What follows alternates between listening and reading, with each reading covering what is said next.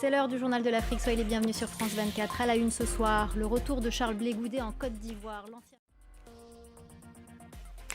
Charles Blé Goudet est de retour en Côte d'Ivoire. Il a foulé le sol de son pays après 11 ans d'exil et de prison, inculpé à la CPI pour des crimes commis pendant la crise post-électorale.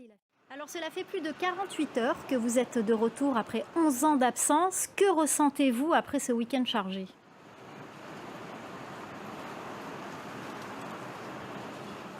Aucun mot.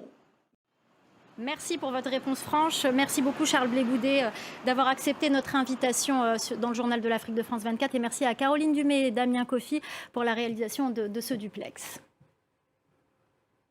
Merci madame. Et on vous reparle des violences dans l'est de la République démocratique du Congo. Une nouvelle session de pourparlers s'est ouverte ce lundi à Nairobi au Kenya. Une session après l'échec du cessez-le-feu conclu à Luanda en Angola.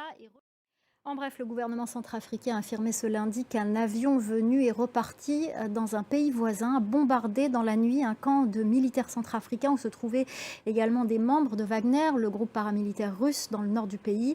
Bangui affirme qu'il n'y a eu que des dégâts matériels. L'émotion au Cameroun après un glissement de terrain qui a causé la mort de 16 personnes ce dimanche. Un drame survenu à Damas, un quartier populaire de Yaoundé.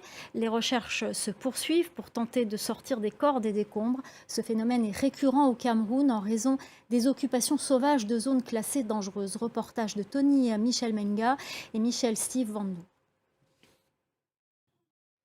Les résultats des matchs du jour de la Coupe du Monde de football. Le Ghana a remporté le match face à la Corée du Sud, 3-2 pour les Black Stars. Voilà, c'est la fin du journal de l'Afrique. Restez avec nous dans quelques instants, la suite de Paris Direct avec Audrey Racine.